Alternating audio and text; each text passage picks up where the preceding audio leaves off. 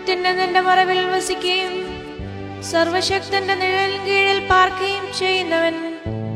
യഹോവയെ കുറിച്ച് അവൻ എന്റെ സങ്കേതവും കോട്ടയും ഞാൻ ആശ്രയിക്കുന്ന എന്റെ ദൈവവും എന്ന് പറയുന്നു.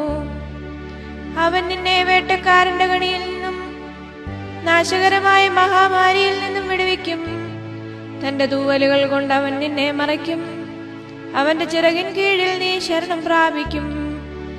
അവന്റെ വിശ്വസ്തത നിനക്ക് പരിചയം പലകയുമാകുന്നു. രാത്രിയിലെ ഭയത്തെയും പകൽ പറക്കുന്ന അസ്ത്രത്തെയും ഇരുട്ടിൽ സഞ്ചരിക്കുന്ന മഹാമാരിയെയും ഉച്ചയ്ക്ക് നശിപ്പിക്കുന്ന സംഹാരത്തെയും നിനക്ക് പേടിപ്പാനില്ല. നിന്റെ വശത്ത് 1000 പേരും നിന്റെ വലതുവശത്ത് 10,000 പേരും വീഴും, എങ്കിലും അത് നിന്നോടടുത്ത് വരികയില്ല. നിന്റെ കണ്ണുകൊണ്ട് തന്നെ നീ നോക്കി ദുഷ്ടന്മാർക്ക് വരുന്ന പ്രതിഫലം കാണും. യഹോവേ, നീ എന്റെ സങ്കേതമാകുന്നു. നീ അത്യുന്നതനെ നിന്റെ വാസസ്ഥലമാക്കിയിരിക്കുന്നു. ഒരനർത്ഥവും നിനക്ക് ഭവിക്കുകയില്ല, ഒരു ബാധയും നിന്റെ കൂടാരത്തിന് അടുക്കുകയില്ല.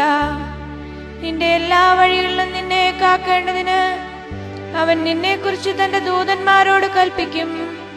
നിന്റെ കാൽ കല്ലിൽ തട്ടിപ്പോകാതിരിക്കേണ്ടതിന് അവർ നിന്നെ കൈകളിൽ വഹിച്ചുകൊള്ളും. സിംഹത്തിന്മേലും അണലിമേലും നീ ചവിട്ടും.